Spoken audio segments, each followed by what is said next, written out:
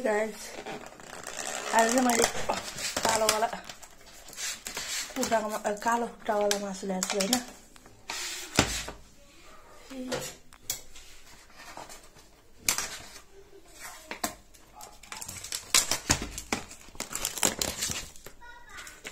यति मासुलाई 43 रे। यो चाहिँ यो कालो खुट्टा रे, कालो धेरै कालो चाहिँ हैन रहेछ के। सिनो पकाइदिनु पर्छ के हो।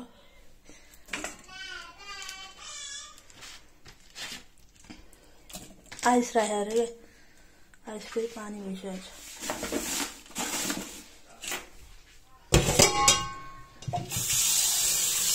यहाँको मासुको चाहिँ मलाई एउटा राम्रो लाग्छ के, सफा गरेर काट्छन् के।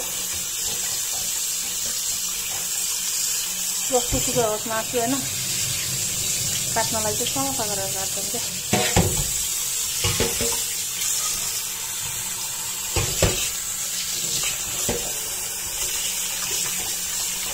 बोसो कम्मै हुँदो रहेछ।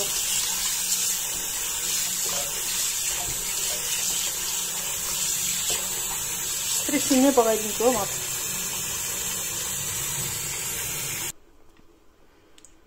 यो चाहिँ मेरो बुढाको साथीले दिनुभयो के हैन। रक्सी हो के, यो चाहिँ च्यु हो के, च्यु भनेको रक्सी हो के।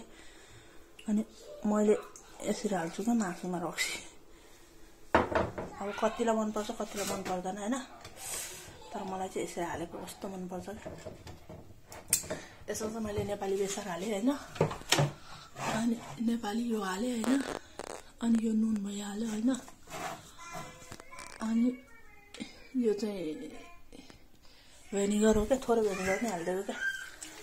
कुखुरा मासुमा चाहिँ मलाई चाहिँ भेनिगर र यो रक्सी हालेको चाहिँ कस्तो मन पर्छ के। अनि यसरी राखिदियो हैन। अनि राखेपछि मेरो बुढालाई सुप मन पर्दैन के, अब ग्रेभी टाइपको बनाएर बनाइदिनु पर्ला।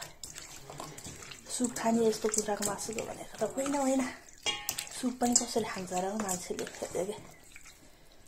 अब नखाए त के हुन्छ है।